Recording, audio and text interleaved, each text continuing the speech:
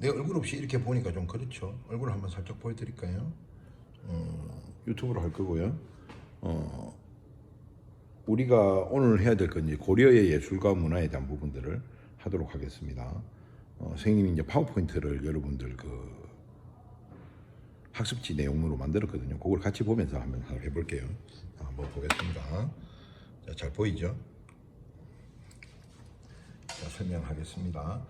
고려 예술과 문화. 고려 예술은 사실은 그 이제 귀족 문화적인 측면들과 그러니까 불교를 또 이렇게 매우 중요하게 생각했기 때문에 이 귀족과 불교적 요소들이 서로 결합된 그런 예술이 크게 발달하는 모습을 보여줍니다. 거기에 대해서 한번 알아보도록 합니다. 활동 1부터 볼게요.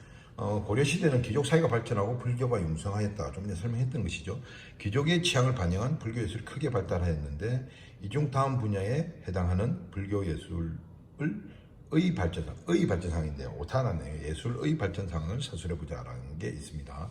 먼저 사경이라는 게 있는데요.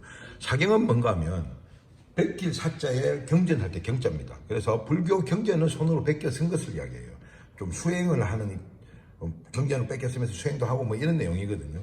근데 이게 고려시대 때 크게 유행합니다. 왜 그런가 하면 불경 막 뺏겨 쓴 걸 자기 집에 다 걸어놓고 막 이래요. 거기다가 또 경전 요약한 내용, 요약한 뭐 그런 그림 같은 것도 같이 안에 넣고 이래가지고 좀 약간 꾸미는 거죠. 그래서 그런 것들을 또 그냥 먹으로만 쓰는 게 아니라 금가루 같은 거 넣어가지고 매우 화려하게 만들어가지고 귀족들이 막 소장하고 이런 경우들이 많았기 때문에 이런 사경을 하는 이런 문화들이 많이 발달했고요. 두 번째 불상을 보면은 고려시대에 보면은 특징이 뭔가 하면 이런 게 있습니다. 철불이 엄청 유행해요. 신라 때와는 다르게 철로 만든 부처님이다라는 거죠. 그러니까 고려 초기 때 이런 철불이 상당히 유행하는 모습을 보여줍니다. 그러다가 좀 뒤로 가면 거대 석불이 만들거든요. 그러니까 일단은 뭐 균형미, 신라의 불상은 석굴암 본전불에서 보듯이 매우 균형이 잘 맞고 조화가 뛰어난 아름다운 이 완벽한 형태의 이런 불상을 만든다면 돌로 만들어도 그렇다면 고려의 불상은 일단 크기에 집중하는 모습을 보여줘요. 그래서 균형은 안 맞다 하더라도 매우 거대한 석불 제작들이 나타나는 그런 현상을 보여줍니다. 그리고 불화라는 게 있는데요. 불교에 관련된 그림인 거죠. 그래서 주로 고려 후기에 제작됐고 이거는 왕신이나 귀족들이 많이 소유하기 위해서 만드는 그런 경향들이 있는데 역시 금가루 같은 것들이 많이 사용되면서 매우 화려한 모습들을 보여줘요. 이걸 보면은 이런 불화들도 지금 현재 보면 우리나라에 많이 있지 않고 대부분 일본에 있는데 일제 강점기 때 일본이 이제 많이 이렇게 일본으로 빼가는 그런 모습을 보여줍니다. 다음 활동 2번, 1번의 4를 볼게요. 불교 건축에 대한 내용인데요. 불교 건축은 이제 책 안에 있는 내용을 이제 우리가 가로역기식으로 한번 알아보겠습니다. 고려탑은 일단 기본적으로 신라 양식을 개성해요. 하지만 매우 다양한 모습으로 나타납니다. 신라탑은 기본적으로 3층 석탑이었다면, 그리고 지붕은 무조건 사각이었다면, 고려는 다각, 다층 석탑들이 많이 나타납니다. 그 대표적인 것이 평창 월정사 8각 9층 석탑이었습니다. 그래서 육각이나 팔각의 다층 석탑이 많이 만들어지게 되고요. 고려 후기가 되면은 원나라의 영향을 많이 받습니다. 그래서 화려하고 섬세한 경천사지 10층 석탑. 지금 중앙박물관에 가보면 경천사지 10층 석탑이 진짜 빡 있습니다. 누가 봐도 못 들어갈 수 있을 정도로.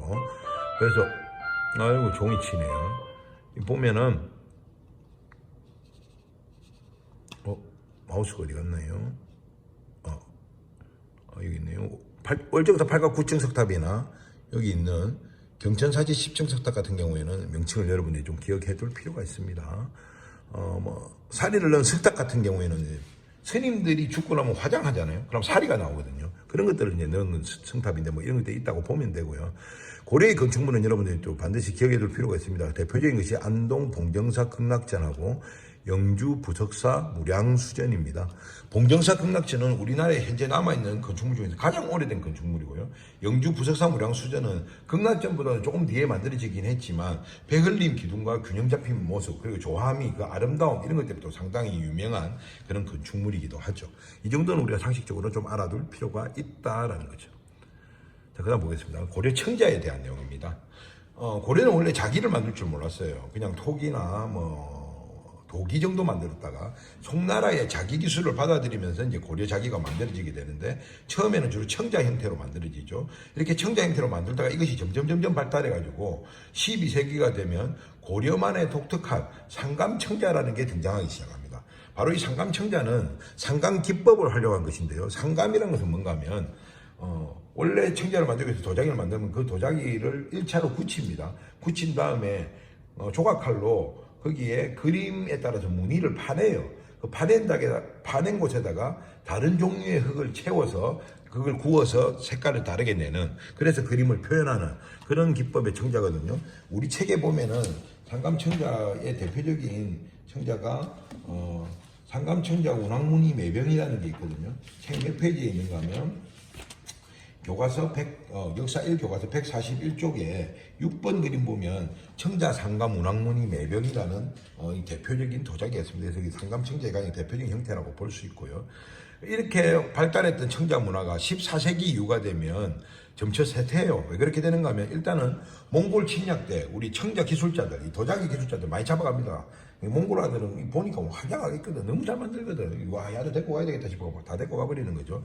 그리고 이제 그 뒤에 되면은 청자 생산지가 주로 바닷가에 많거든요. 강진이라든지 이런 데 보면. 그래서 이 청자 생산지가 외국 약탈 때문에 또 문을 닫는 그런 경우들도 많았다라는 거죠. 자, 활동 3번 볼게요. 네, 교과서는 페이지 142쪽을 보면 됩니다. 고려 때는 인쇄 문화가 또 크게 발달하게 됩니다. 그 중에 뭐 대표적인 게 목판 인쇄술이죠. 그런 부분을 한번 보도록 하겠습니다. 고려의 목판 인쇄술이 세계 최고 수준이었다고 증명해주는 유물, 이건 대장경입니다. 우리가 흔히들 대장경 하면 여러분들이 팔만 대장경만 기억하지만 고려에는 팔만 대장경 이전에 초조 대장경과 제조 대장경이 있었어요. 이 초조 대장경과 제조 대장경이 몽골에 침입돼 불타버리거든요. 그러니까 당시 최후 정권에서는 다시 훨씬 더 좋은 대장경 다시 만들어라 해서 만든 게 팔만 대장경입니다. 전 세계 사람들이 팔만 대장경의 규모라든지 그 정확도를 보고 상당히 놀란다는 이야기를 들어본 적이 있을 겁니다. 그 다음에 세계 최초로 금속 활자를 만든 거죠. 물론 금속 활자 말고 활판 인쇄를 맨 먼저 시작해서 중국이긴 하지만 그 활자를 금속으로 만들기 시작해서 우리나라가 세계 최초입니다. 그래서 금속 활자를 이용해서 인쇄된 세계 최초의 책과 간행년도, 이거는 뭐 역사적으로 엄청 중요한 뭐 이런 타기보다는 이 정도는 상식적으로 좀 알고 있어야 되지 않을까 싶어서 선생님이 활동에 넣어놨던 것이고요. 상정고급 예문이라는 책입니다. 연도도 외우기 쉽죠. 1, 2, 3, 4. 1234년에 만들어졌는데 안타깝게도 이 책은 현재 전해지지 않아요. 근데 이런 책이 있었다는 기록만 남아있죠. 자, 그렇다면 현재 남아있는 책 중에서 가장 오래된 금속활자로 찍은 책은 뭐냐? 바로 직지라는 책입니다. 1377년에 찍었고, 이것도 역시 우리나라에 현재 있는 것이 아니라 프랑스 국립도서관에 있습니다. 아마도 병인양요 때, 우리가 앞서 병인양요 때 많이 약탈됐다는 거 배웠잖아요. 그때 아마 프랑스가 가져간 것이 아닐까, 그렇게 추측하고 있습니다. 이런 인쇄 문화가 발달했을 거예요. 그 다음에 보겠습니다. 활동 4를 보면요. 역사책에 대한 내용입니다.